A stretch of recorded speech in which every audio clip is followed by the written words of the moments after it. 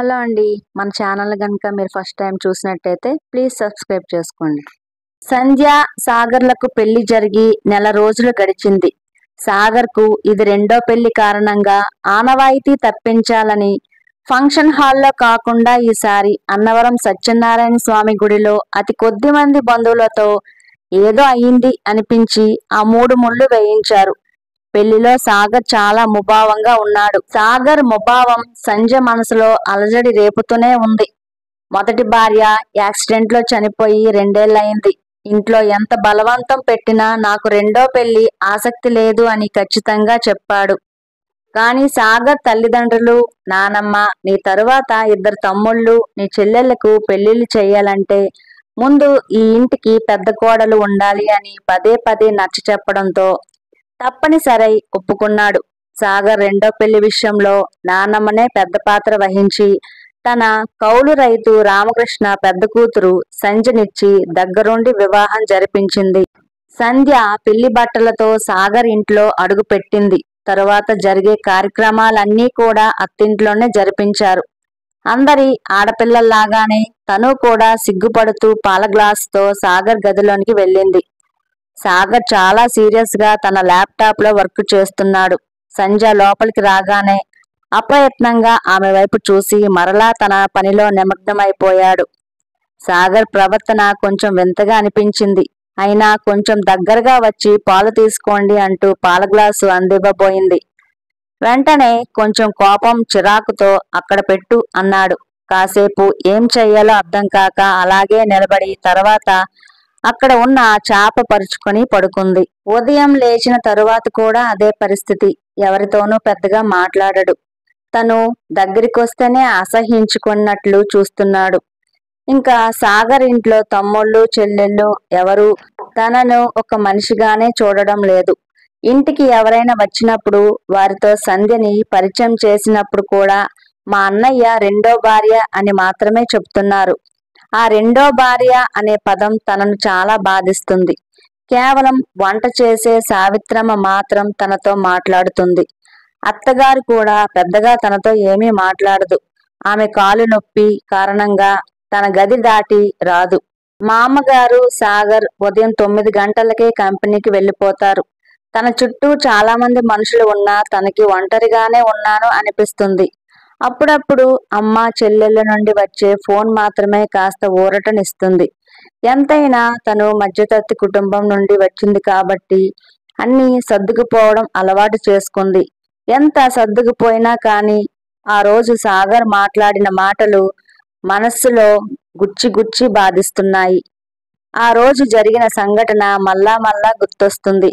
అప్పటికే 2 రోజుల నుండి జ్వరంగా ఉంది.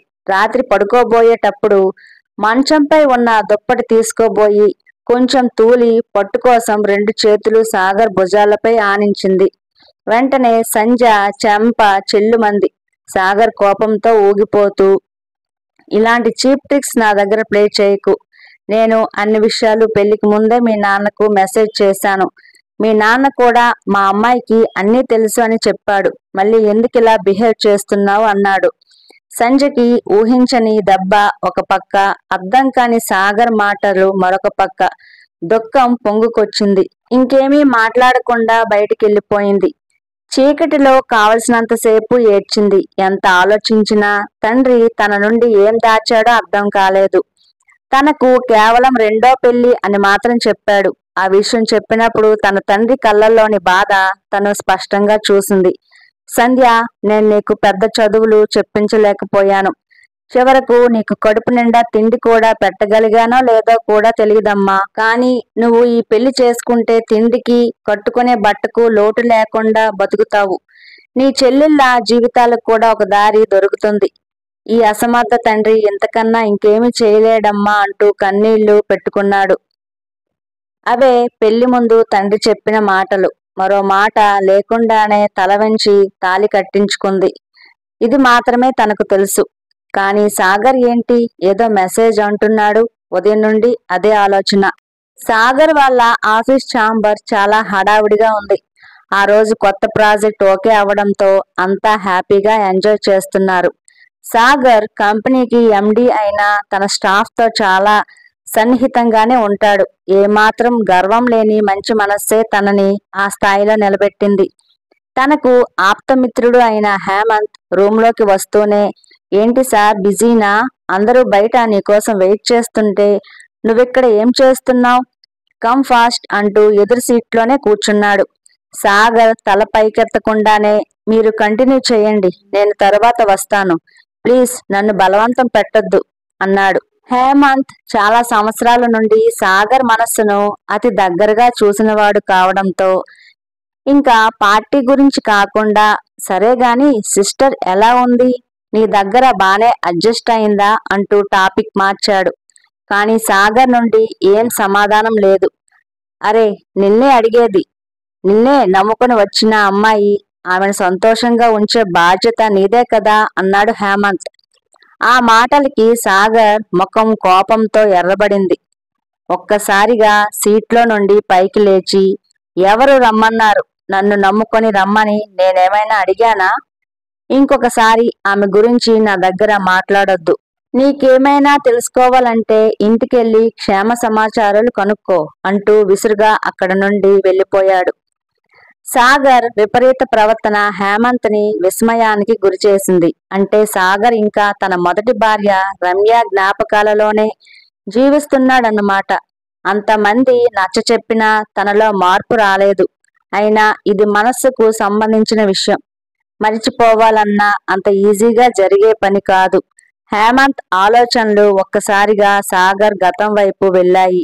అవును, కరెక్ట్ గా 2 ఏళ్ల క్రితం సాగర్ రమ్యను ప్రేమిస్తున్నాను అని చెప్పి నాకు చెప్పడానికి భయంగా ఉంది. నీ హెల్ప్ కావాలి అంటే తాను కూడా వాళ్ళిద్దరూ ఒక్కటవ్వడానికి చాలానే కష్టపడ్డాడు. రమ్య గొప్పింటి పిల్ల అయినా చాలా సింపుల్ గా చలాకీగా ఉండేది. అవసరం ఉన్న అందరికీ సహాయం చేస్తూనే ఉండేది. ఆమెలో పరోపకార గుణమే సాగర్ మనస్సును ఆమెకు దగ్గర చేసింది. కానీ పెళ్లి అయిన 6 నెలలు కూడా కాకుండానే మృత్యువు యాక్సిడెంట్ రూపంలో రమ్యని సాగర్ నుండి దూరం చేసింది. అత్తా మామలతో గుడికి వెళ్లి తిరిగి వస్తుండగా ఎదురుగా రాంగ్ రోడ్ లో వచ్చిన ట్రక్ బలంగా ఢీకొని డ్రైవింగ్ సీట్ లో ఉన్న రమ్య అక్కడికక్కడే మరణించింది. వెనుక ఉన్న అత్తామామలు దెబ్బలతో బయటపడ్డారు. రమ్య వియోగాన్ని భరించలేక సాగర్ మానసికంగా కుంగిపోయాడు. సాగర్ చాలా రోజులు ఒకే రూముకి పరిమితమై పదే పదే రమ్య ఫోటోలు చూస్తూ కాలం గడిపేవాడు. కోలుకోవడానికి 6 నెలల పైనే పట్టింది. తండ్రి చొరవతో కోలుకున్నా కానీ మనసులో గూడు కట్టుకుపోయిన విషాదం మాత్రం అలాగే ఉండిపోయింది. సార్ మిమ్మల్ని పిలుస్తున్నారు అని వినిపించిన ఆఫీస్ బాయ్ మాటలతో పాత జ్ఞాపకాల నుండి మళ్ళా ఈ లోకంలోకి వచ్చాడు హేమంత్. అయినా మనస్సు ఇంకా సాగర్ గురించే ఆలోచిస్తుంది. ఒకసారి సాగర్ ఇంటికెళ్లి సంజను కలవాలి, ఆమె పరిస్థితి ఎలా ఉందో అనుకుంటూ అప్పటికే మొదలైన పార్టీలో తను జాయిన్ అయ్యాడు.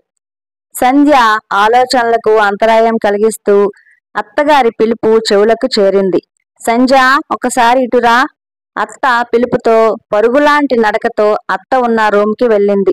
సంధ్య, ఈ రోజు ఊరు నుండి మా అత్తగారు వస్తున్నారు, అదే అన్నపూర్ణమ్మ గారు వస్తున్నారు. ఆవిడ పెద్దావిడైనా కానీ తిండి విషయంలో చాలా జాగ్రత్తలు పాటిస్తారు. నువ్వే దగ్గరుండి అవసరమైనవన్నీ చూసుకో. 4 రోజుల కంటే ఎక్కువ ఉండరు. నాకు యాక్సిడెంట్ అయిన దగ్గర నుండి ఈ కాలు నొప్పితో నడవలేకపోతున్నాను. లేకపోతే అన్నీ నేనే చేసుకునేదాన్ని. ఇంట్లో అందరూ భయపడేది, గౌరవించేది కూడా అత్తయ్య గారిని ఒక్కరనే. ఆమె చెప్తేనే ఎవరైనా వింటారు. నువ్వు కూడా ఆవిడ దగ్గర జాగ్రత్తగా ఉండు అని చెప్పింది. ఇప్పుడు సంజయ్కి అర్థమైంది. అంటే సాగర్ అన్నపూర్ణమ్మ గారు చెప్పారని సాగర్ నన్ను పెళ్లి చేసుకున్నాడన్నమాట అని మనసులోనే అనుకొని, అలాగే అత్తయ్య అని చెప్పి అక్కడి నుండి వచ్చేసింది. కాసేపటికి అన్నపూర్ణమ్మ గారిని తన పెద్ద మరిది గౌతమ్ కారులో తీసుకువచ్చాడు. ఆవిడ ఇంట్లోకి అడుగు పెడుతూనే, సంధ్య ఎలా ఉన్నావు అంటూ ఆప్యాయంగా పలకరించింది. బాగానే ఉన్నాను అమ్మమ్మ గారు, రండి అంటూ ఆమె చేతిలో ఉన్న వస్తువులు తీసుకుంది. సంధ్య చెప్పిన సమాధానం అన్నపూర్ణమ్మ గారికి తృప్తిని ఇవ్వలేదు. వాడిపోయిన సంధ్య ముఖాన్ని చూసి అక్కడ పరిస్థితి అర్థం చేసుకుంది. సంధ్య మాత్రం అన్నపూర్ణమ్మ గారి వెంటే ఉండి ఆమెకు కావలసినవన్నీ అందిస్తుంది. ఆ రోజు మధ్యాహ్నమే అన్నపూర్ణమ్మ గారు, సంధ్య ఇక్కడ దగ్గరలో శివుని గుడి ఉంది. సాయంత్రం అక్కడికి వెళ్ళి వద్దాం. త్వరగా రెడీ అవ్వు అని చెప్పింది. అన్నపూర్ణమ్మ గారు అన్నట్లుగానే 5 గంటలకల్లా కారులో గుడికి బయలుదేరింది. సంధ్యతో పాటు దర్శనం అయిపోయిన తర్వాత విశాలమైన మండపంలో ఇద్దరు కూర్చున్నారు. ఏమా సంధ్య, సాగర్ నీతో ఎలా ఉంటున్నాడు అని మళ్ళీ అడిగింది. బానే ఉంటున్నారు అమ్మమ్మ, మేమిద్దరం బానే ఉన్నాం అంది సంధ్య. ఎందుకమ్మా నిజం దాస్తావు? ఏడ్చి ఏడ్చి కమిలిపోయిన నీ కళ్ళు చూస్తే నాకు తెలియదా అని ఆమె చేతిలోని సెల్ ఫోన్ తీసి సంధ్యకిచ్చి అందులో ఉన్న మెసేజ్ చదవమన్నట్లుగా సంధ్య వైపు చూసింది. భయం భయంగా సంధ్య కళ్ళు అక్షరాల వెంబడి పరుగులు పెడుతున్నాయి. రామకృష్ణ గారు, మీ అమ్మాయిని పెళ్లి చేసుకోవడం నాకు ఇష్టం లేదు. అయినా బలవంతంగా మీరు మీ అమ్మాయిని నాకిచ్చి చేయాలనుకుంటే ఆమెకు నాకు ఎటువంటి సంబంధం ఉండదు. ఆమె కేవలం లోకం దృష్టిలో మాత్రమే నాకు భార్య. మీ అమ్మాయి జీవితాన్ని నాశనం చేయకండి. నేను నాన్నను బాధ పెట్టడం ఇష్టం లేక పెళ్లికి సరే అన్నాను. మీరే ఏదో ఒక విధంగా ఈ పెళ్లిని ఆపండి. అది మెసేజ్ సారాంశం. చదవడం పూర్తయ్యేసరికి సంధ్యకి కళ్ళు బైర్లు కమ్మాయి. తను అగాధంలో కూరుకుపోతూ ఉన్నట్లు అనిపించింది. కళ్ళ నీళ్లతో అన్నపూర్ణమ్మ గారి వైపు చూసింది. ఎందుకమ్మా ఏడుస్తున్నావు? దుఃఖం మనలో ధైర్యాన్ని దెబ్బతీస్తుంది. ఇది మీ నాన్నకు చేరగానే నా దగ్గరికి పరుగున వచ్చాడు. కానీ నేనే నీకు చెప్పొద్దని ఒట్టు వేయించుకున్నాను. ఎందుకంటే సాగర్ గురించి నాకు బాగా తెలుసు. సాగర్ తప్పక మారుతాడు అన్న నమ్మకం నాకు ఉంది. అలాగే నీ గురించి కూడా నాకు బాగా తెలుసు. మీ నాన్న మా ఇంటికి వచ్చిన ప్రతిసారి నీ గురించే చెప్పేవాడు. అందుకే నా దృష్టిలో నీవే సాగర్కి సరి అయిన భార్య అనిపించింది. ఎందుకంటే ఆ విశాలమైన ఇంట్లో ఎన్నో గదులు, ఒక్కొక్కరు ఒక్కొక్క గదికి పరిమితం. ఎవరి లోకంలో వాళ్ళు ఉంటారు. ఇంట్లో అంతమంది ఉన్నా ఇల్లంతా ఎప్పుడు నిశ్శబ్దమే. కళాకాంతులు లేని ఇంటికి ఆశాదీపం అయి వెలుగులు నింపుతావు అన్న నమ్మకం నాకు ఉంది. సాగర్కి రెండో పెళ్లి చేయడానికి ఎంతో మంది గొప్పంటి వాళ్ళు కూడా తమ పిల్లల్ని ఇవ్వడానికి పోటీ పడ్డారు. బయట నా మనవడుకున్న గౌరవం అటువంటిది. కానీ వాళ్ళందరినీ కాదని నిన్ను మాత్రమే నేను ఎంచుకున్నానమ్మా. నా నమ్మకాన్ని నిలబెట్టు అంటూ చెమ్మగిల్లిన కళ్ళతో సంధ్య తలపై ప్రేమగా నిమిరింది. సంధ్య మాత్రం ఏమీ సమాధానం చెప్పకుండా అన్నపూర్ణమ్మ గారినే చూస్తుంది. మళ్ళీ ఆవిడే, సంధ్య, నేను ఇలా చెప్పాను అని ఏమీ బాధపడకు. నా మనవడి మీద ప్రేమ నన్నెలా చెప్పిస్తుంది. అయినా సాగర్ మారినా మారకపోయినా వాడి కోసం నీ జీవితం నిస్సారం చేసుకోకు. నీ కోసం నువ్వు జీవించు. నీ మనసుకు నచ్చినట్లు నువ్వు నడుచుకో. నీకు చదువంటే చాలా ఇష్టం అని తెలిసింది. ఆగిపోయిన డిగ్రీ మళ్ళా పూర్తి చెయ్యమ్మా. ఊర్లో అందరికీ సహాయం పడేదానివిగా. అలాగే ఇక్కడ కూడా నీ ఇష్ట ప్రకారం నడుచుకో. కానీ భారీగా నీ భర్తకు నువ్వు చేయవలసినవి మాత్రం నిర్లక్ష్యం చేయకు అంటూ గీతోపదేశం చేసినట్లే చెప్పింది అన్నపూర్ణమ్మ గారు. ఆవిడ చెప్పిన దాంట్లో నీకోసం నువ్వు బతకాలి అన్న మాటలు సంధ్య మనస్సుకు హత్తుకున్నాయి. అవును, సాగర్కి నేను ఇష్టం లేకపోతే ఇంక నాకు జీవితమే లేదా? తను పుట్టింది ఒక్క సాగర్ కోసమే కాదు. తను చేయవలసింది ఇంకేదో ఉంది. ఎందుకు ఇన్ని రోజులు పిచ్చిదానిలా బాధపడ్డాను? తనలో తానే ఆలోచించింది. ఒక్కసారి పరమేశ్వరుడికి నమస్కరించింది. ఇప్పుడు ధైర్యంగా లేచి, రండి అమ్మమ్మ గారు, ఇంటికెళ్దాం అంటూ బయలుదేరింది. తరువాత 2 రోజులకే అన్నపూర్ణమ్మ గారు ఊరికెళ్ళిపోయారు. కానీ వెళ్లే ముందు సాగర్ని పిలిచి, పెళ్లికి ముందు నీవు పంపించిన మెసేజ్లు ఏమీ సంధ్యకు తెలియవు. నీవు ఆ అమ్మాయిని కనీసం ఒక మనిషిలా చూడు అని కాస్త గట్టిగానే చెప్పింది. అలాగే సంధ్య చదువుకు కొన్ని ఏర్పాట్లు కూడా చేసి వెళ్ళింది. ఇప్పుడు సంధ్య చాలా బిజీగా మారిపోయింది. ఈ మార్పుకు మరికొంత సహాయం చేసింది హేమంత్. రోజు హేమంత్ సంధ్యని కలవడానికి ఇంటికి వచ్చాడు. సాగర్ మొదటి భార్య రమ్య గురించి చాలా విషయాలు చెప్పాడు. తను కూడా చాలా ఆసక్తిగా విన్నది. అలాగే తాను చేయాలనుకున్న పనుల గురించి కూడా చెప్పింది. హేమంత్ కూడా సంతోషంగా వాటికి సంబంధించిన మొత్తం ఇన్ఫర్మేషన్ కూడా సంధ్యకి ఇచ్చాడు. ఇప్పుడు సంధ్య ఉదయం లేచిన దగ్గర నుంచి తన రోజు మొత్తం టైం సద్వినియోగం చేసుకుంటుంది. అత్తగారికి వేసుకోవలసిన మందులు తనే దగ్గర ఉండి ఇవ్వటం, డాక్టర్ చెప్పిన చిన్న చిన్న ఎక్సర్సైజులు చేయించడం మొదలుపెట్టింది. చిందరవందరగా ఉన్న మరుదుల రూములన్నీ పనివాళ్ల సహాయంతో సర్దించింది. మరుదులిద్దరూ తనని వ్యతిరేకించారు. వాళ్ళ రూములో అడుగు పెట్టొద్దన్నారు. అయినా సంధ్య చిరునవ్వుతో ఇల్లు నీట్గా ఉంచడం నా బాధ్యత అని చెప్పి వాళ్ళని కొంచెం మార్చగలిగింది.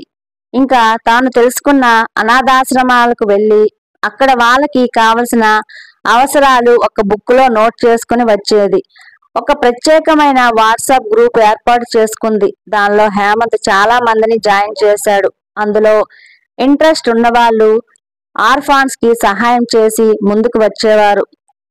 ఆ సహాయాన్ని సంధ్య స్వయంగా తీసుకెళ్లి వాళ్లకు అందించేది. ఇంకా తనకు ఇష్టమైన పని చదువు చెప్పడం. అందుకోసం దగ్గరలో ఉన్న ఒక మురికివాడను ఎంచుకుంది. అక్కడ జీవించే వాళ్ళందరూ కూడా రోజువారీ కూలీలు. తల్లిదండ్రులు పనులకు వెళ్లిపోయిన తరువాత పిల్లల ఇళ్లకి కాపలా ఉండేవారు.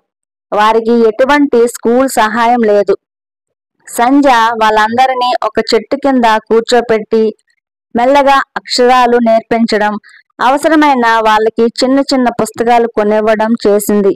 ఈ పని సంధ్యకి చాలా సంతోషం ఇచ్చేది. అప్పుడప్పుడు సహాయంగా హేమంత్ కూడా వచ్చేవాడు.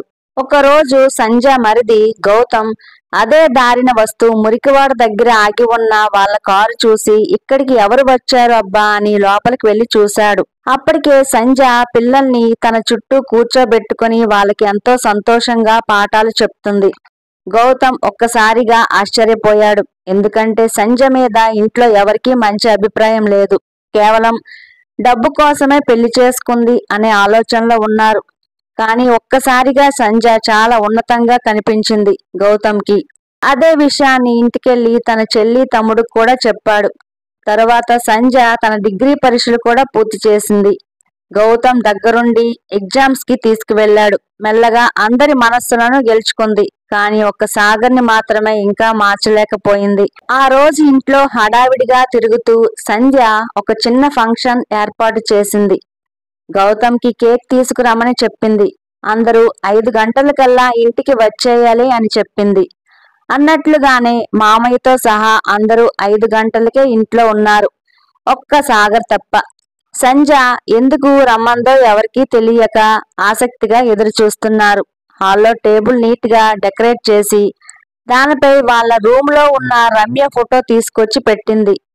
ఇంతలో కేక్ కూడా వచ్చింది. అన్ని అరేంజ్ చేసి, మామయ్య గారు, ఈరోజు మీ కోడలు పుట్టినరోజు.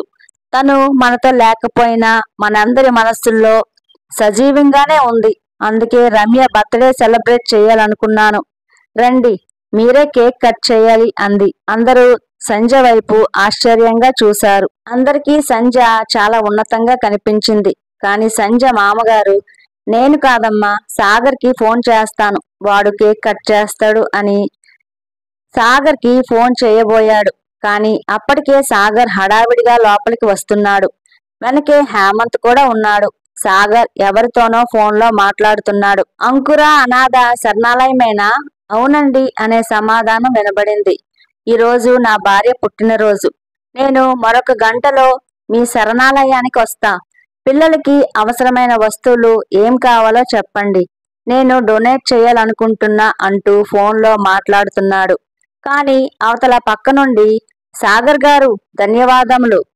ఆల్రెడీ రమ్య గారి పేరు మీద ఈరోజు ఉదయమే పిల్లలకి స్వీట్స్, బట్టలు, వాళ్ళకి అవసరమైన బుక్స్ కూడా మీ ఇంటి నుండి సంజయ్ గారు అందజేశారు.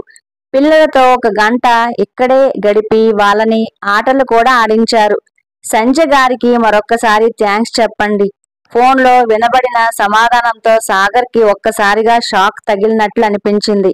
అక్కడే నిలబడిపోయాడు. అప్పటికే సాగర్ కోసం ఎదురు చూస్తున్న అందరూ అన్నయ్య రా తొందరగా అంటూ పిలుస్తున్నారు. తరువాత సాగర్ కేక్ కట్ చేశాడు. గౌతమ్కి, చిన్న తమ్ముడికి, చెల్లమ్మకి అందరికీ కేక్ తినిపించాడు.